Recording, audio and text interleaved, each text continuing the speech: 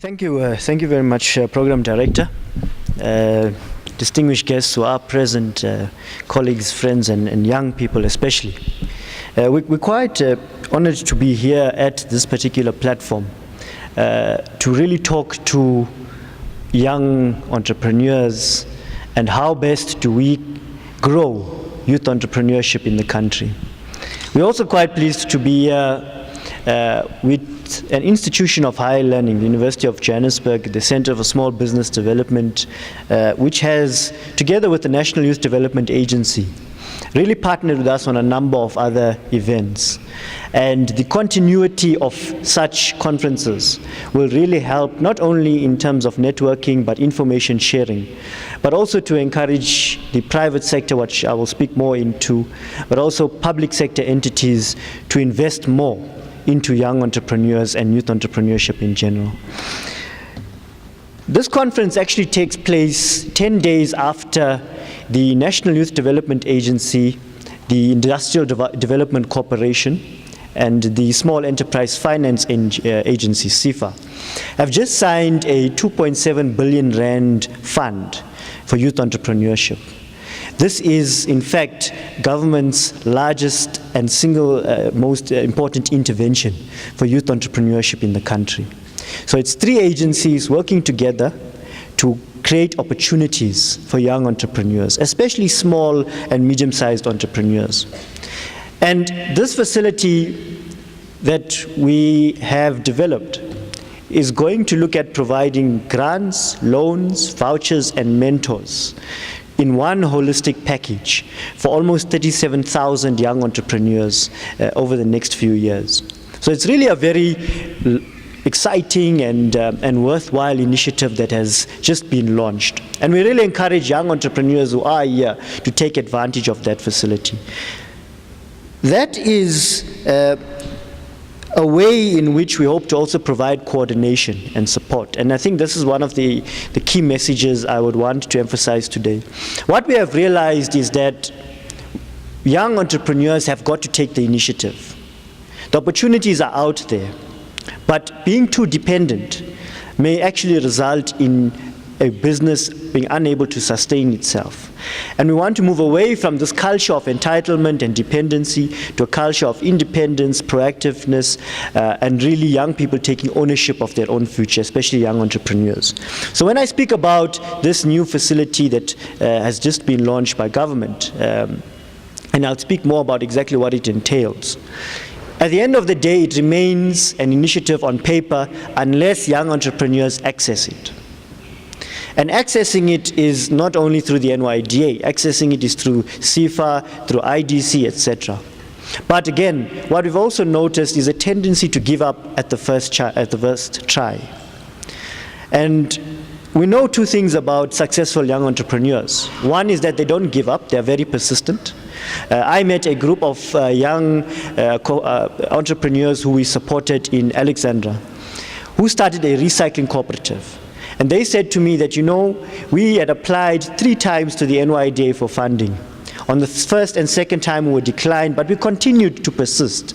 And at the 3rd try, they finally got the funding they needed to set up their recycling cooperative to address the problem of pollution in the township of Alexandra. That indicated to me one of the key attributes of a young entrepreneur and entrepreneurship in general, the ability to persist. And we want to then encourage that. But the other hand is also an ability to not be dependent on the NYDA. Yes, there are support. And where we specialize as the NYDA is on the non-financial support, not actually on the financial support, the business development support and mentorship. So any young entrepreneur, and we've already had some beneficiaries in the near future, will also be exposing some of the beneficiaries of our new grant program, which is tailor-made for micro enterprise in particular, providing them with access to grants of anywhere between 1,000 to 100,000 rand. But it's not free money. To access it, one needs to go through a 3-day entrepreneurship training program, a pre-mentorship program, then access whatever capital you've applied for, and then a post-mentorship program that lasts for 24 months before we let go of your hand for you to move on your own. That's more of an incubator program. Being an incubator program, we are targeting only 500. to see if the program works. And if it does, we'll then be able to scale it up in the near future. But it's really targeting your micro, your enterprise, those young people who have entrepreneurship skills, who have an idea. Maybe you want to start up a hair salon, a car wash, something small, just to try your hand at entrepreneurship. But you can't afford the risks associated with that. Neither can you access the finance from banks because you don't have the surety or the collateral. And as government, as the NYDA, we can take those risks because our objective is not to make profit, but to actually invest in youth, invest in the development of the country. So taking those risks is part of what we do. And so you have this grant program, and if one graduates from the grant program, you're then able to access a loan from SIFA, which provides loan finance from between 100,000 to $1 million.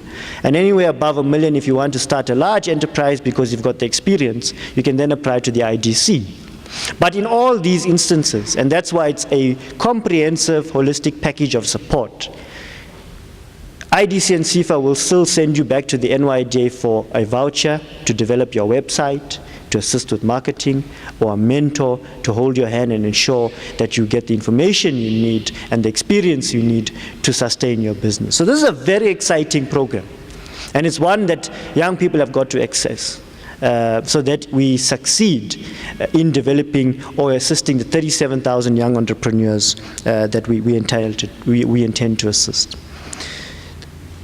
We also are experiencing very low levels of entrepreneurship in the country. Apart from the youth unemployment challenges we have, you currently have we have a population of 21 million young people below the ages of 35. Of that, 7.5 million approximately are not in any learning institution, nor are they in any form of employment. So we're talking about millions and millions of young people who need opportunities. And that's why you see the constant demand and the constant high expectations being placed, for example, on institutions such as the NYDA, because there's so much of demand for support. Now, of course, one single entity cannot deliver opportunities for millions of young people. And so conferences of this nature become important for us to reach out not only to you as young entrepreneurs, but to private sector and public sector entities, and encourage more private sector companies to create opportunities for young people, but also for private sector entities to buy from youth-owned enterprises. And that becomes important in terms of making an impact. Otherwise, one single entity cannot make any meaningful impact, whether it's in South Africa or abroad. Well, according to the global, some interesting facts. The Global Entrepreneurship Monitor Report of 2012, which I suppose some may have spoken about it, but if not, indicated some very concerning statistics about youth entrepreneurship. Only 15% of young people in South Africa have intentions of starting a business. And of all the sub-Saharan African countries, the average was 50%. So you can see we are one of the lowest in terms of actually having intentions of starting a business. But the other concerning factor was your early stage entrepreneurial activity, which we were at 9.1%, we've now dropped to 7.3%. And that's also very concerning. What it says is that we have low levels of participation from young people in entrepreneurship.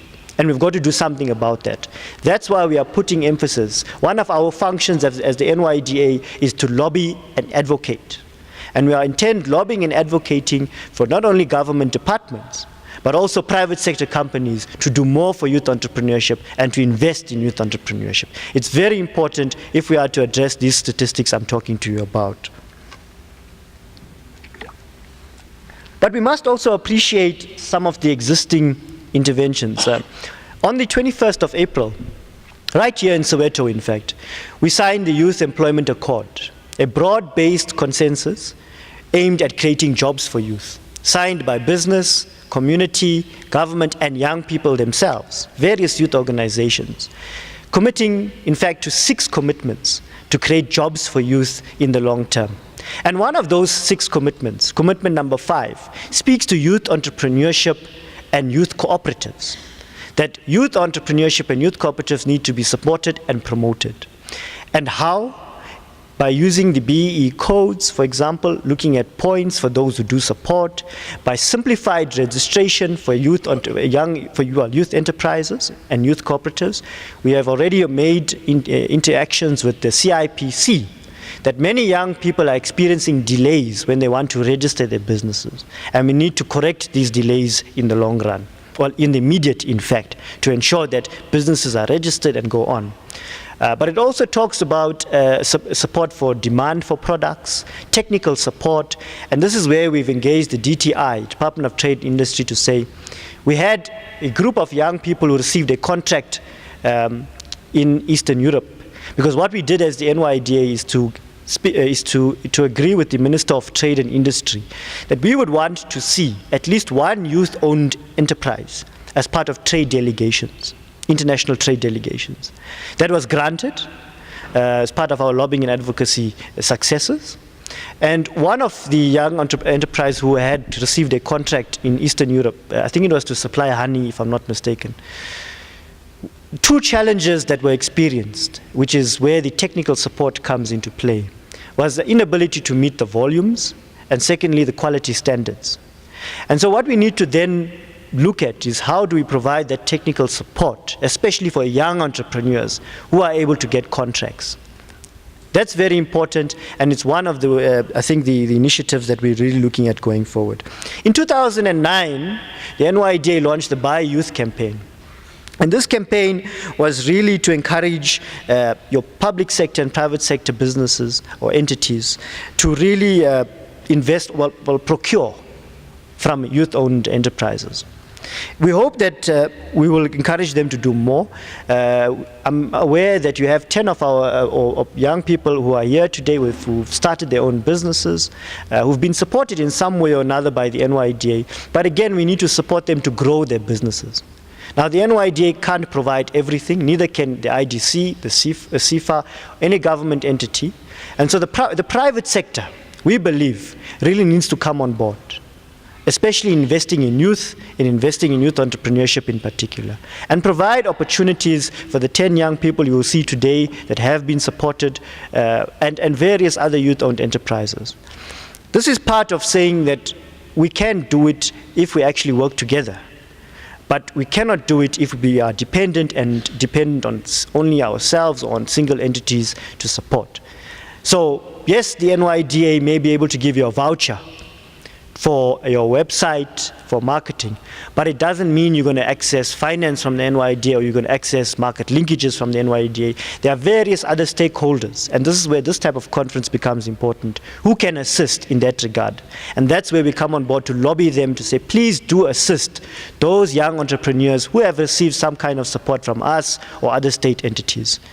It's very important. It's part of coordinating our work.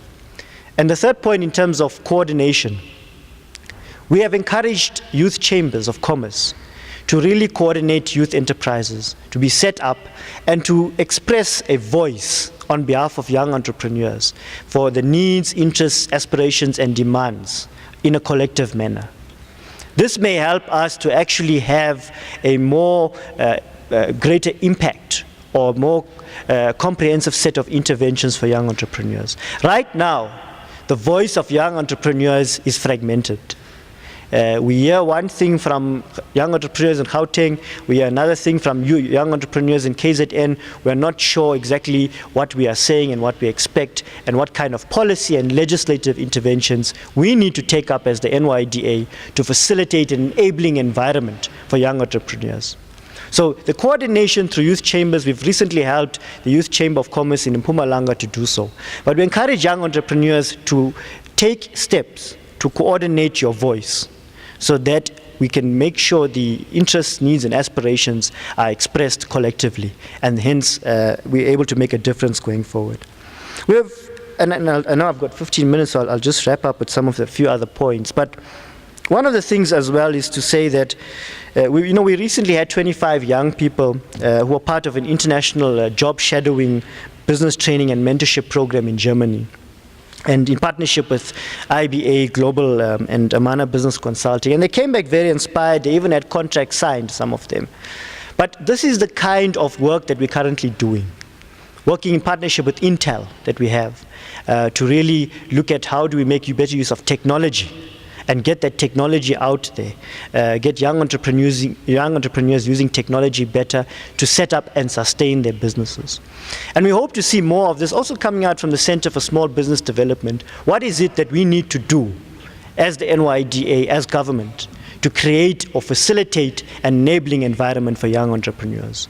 At the end of the day, we may do that, but it's up to young entrepreneurs to take the initiative, to take the opportunities. We are dwindling into a culture of complaining, of being unable to provide solutions as opposed, and being able to drive the development we want to see. And it's not easy to be a young entrepreneur, and we don't want to create an impression that it is. If it was so easy, I'm sure we'd all be entrepreneurs. But it's not. And to be an entrepreneur requires that level of commitment, dedication, astuteness, and innovation and creativeness that will ensure you to succeed. So not to be despondent when one does not receive support, but rather to say what other opportunities are available for me out there that I can then access as a young entrepreneur. And if a youth entrepreneurship is not for me, then perhaps I can look at other opportunities as a professional. So as the NYDA, we also now have a new focus on education and skills development. There's the Solomon Mashlangu Scholarship Fund. There's your Youth Built Infrastructure Development Training Program to train young artisans if you want to be an artisan. And so we have various other interventions currently being rolled out in the country. And it's then important for a young person to make up your mind and say, where do I want to be? Do I want to be an entrepreneur? Is it for me? And if not, should I look at another profession and what opportunities are out there for me? And seize those opportunities. It's very important that those opportunities are seized at the end of the day. So I think with those few words, those are the three kind of messages we wanted to get out there. We thank you once again for inviting us, for being part of the conference, and we really look forward to even greater and better partnerships going forward. And so yeah, thank you very much, and let me hand over to you, Program Director.